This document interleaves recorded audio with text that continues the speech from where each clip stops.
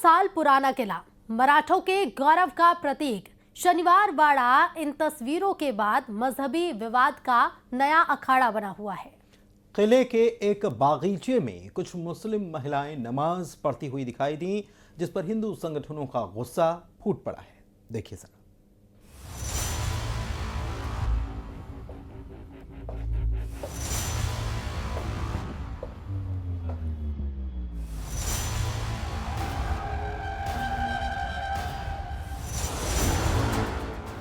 महाराष्ट्र के पुणे में ऐतिहासिक किले शनिवार वाड़ा में मुस्लिम महिलाओं के नमाज पढ़ने का वीडियो वायरल होने के बाद बवाल मचा हुआ है।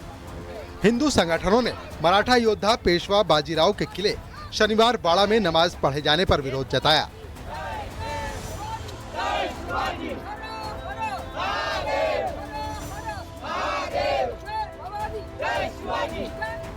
बताया जा रहा है कि ये वीडियो सिर्फ 2-3 दिन पुराना है, जिसमें 3 मुस्लिम महिलाएं किले के अंदर पार्क में नमाज पढ़ती दिखाई देती हैं।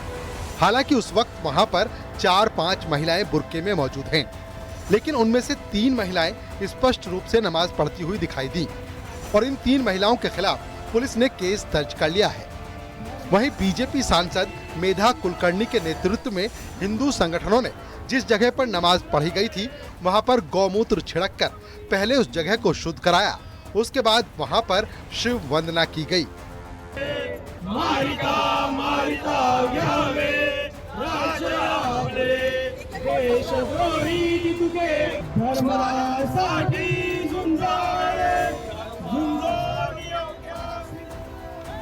वहीं इस मुद्दे पर अब जमकर सियासत शुरू हो गई है। महाराष्ट्र के मंत्री नीतीश राणे ने कहा कि अगर हाजी अली में हनुमान चालीसा पढ़ी जाए तो क्या ये मुस्लिम समुदाय के लोगों को मंजूर होगा, जबकि AIMIM के नेता वारिस पठान ने बीजेपी पर नफरत फैलाने का आरोप लगाया। क्या कि हाजी अली के बाहर खड़े रहे और वहां हनुमान चालीसा का पठन चालू करेगा तो चलेगा क्या? तब तुम लोग की भावना दुखेगी नहीं?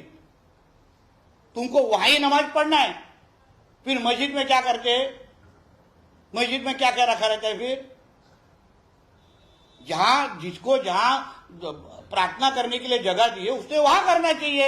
ये पूरी जो देश की सेकुलरिज्म है, प्लुरलिज्म है, उसको नष्ट कर रहे हैं ये बीजेपी वाले, सिर्फ नफरत फैला रहे हैं। अगर समझिए कि जुम्मा का दिन था, जुम्मा के वक्त अगर 3-4 मुस्लिम महिलाओं ने एक जगह पे नमाज पढ़ ली तो कौन से पहाड़ टूट पड़े?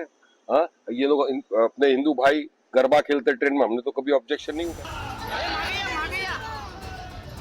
इधर बीजेपी सांसद मेधा कुलकर्णी भी इस मामले को लेकर नाराज नजर आईं।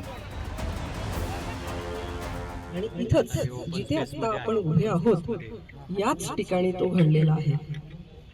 त्यामुळे आपण सर्वांनी मिळून हा निर्णय घेतला आहे की इथे या ज्या जागेवर नमाज पढली त्या जागेचं शुद्धीकरण आपण शिववंदना करून करणार आहोत। मैं उस बीजेपी के एमपी से बोलना चाहता हूँ, अल्लाह से डर। अल्लाह का कहर पड़ेगा ना तो पता नहीं चलेगा कहाँ चले गए। एक आदमी पूजा कर रहा है, नमाज पढ़ रहा है, उसके साथ इस तरह की बदतमीजी जो हो रही है बीजेपी की ना, मैं समझता हूँ ये बर्दाश्त करने के काबिल नहीं है। आप अरब कंट्रीज में जाते हैं लोग, वहाँ भी मंदिर बन रहे हैं, वहाँ पूजा हो रही है। वहीं कांग्रेस नेता उदित राज ने इस पूरे विवाद के लिए AIMIM पर निशाना साधा। उन्होंने कहा कि आज मुसलमानों का पूरे देश में अपमान हो रहा है, उसके लिए AIMIM पार्टी जिम्मेदार है। तो जिम्मेदार तो यही लोग हैं। अगर आज मुसलमान कम्युनिटी का पूरे देश के अंदर अपमान हो रहा, उनके साथ में दुर्व्यवहार हो रहा, भेदभाव हो रहा है, लिंचिंग होती है, फर्जी मुकदमे में फंसाया जाता है, तो कुछ हद तक ये लोग भी जिम्मेदार हैं। ये एजेंट बने हुए हैं लोग, तो कुछ लोग एजेंट बने हुए हैं, तो ये कैसे आलोचना कर सकते? बता दें, सवाल इसलिए भी उठ रहे हैं क्योंकि शनिवार वाड़ा एक ASI प्रोटेक्टेड मॉन्यूमेंट है जो हिंदुओं के इतिहास और शौर्य का प्रतीक है। ये किसी धार्मिक एक्टिविटी की जगह नहीं है, लेकिन मुस्लिम महिलाओं ने इसका इस्तेमाल बिना इजाजत के लिए नमाज पढ़ने के लिए किया। Bureau report, news 18।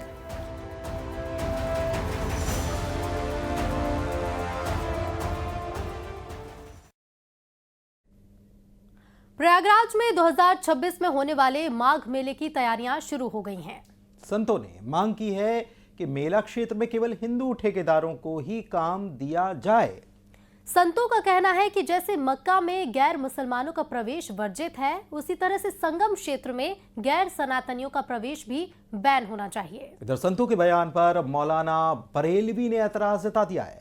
एक रिपोर्ट देखिए।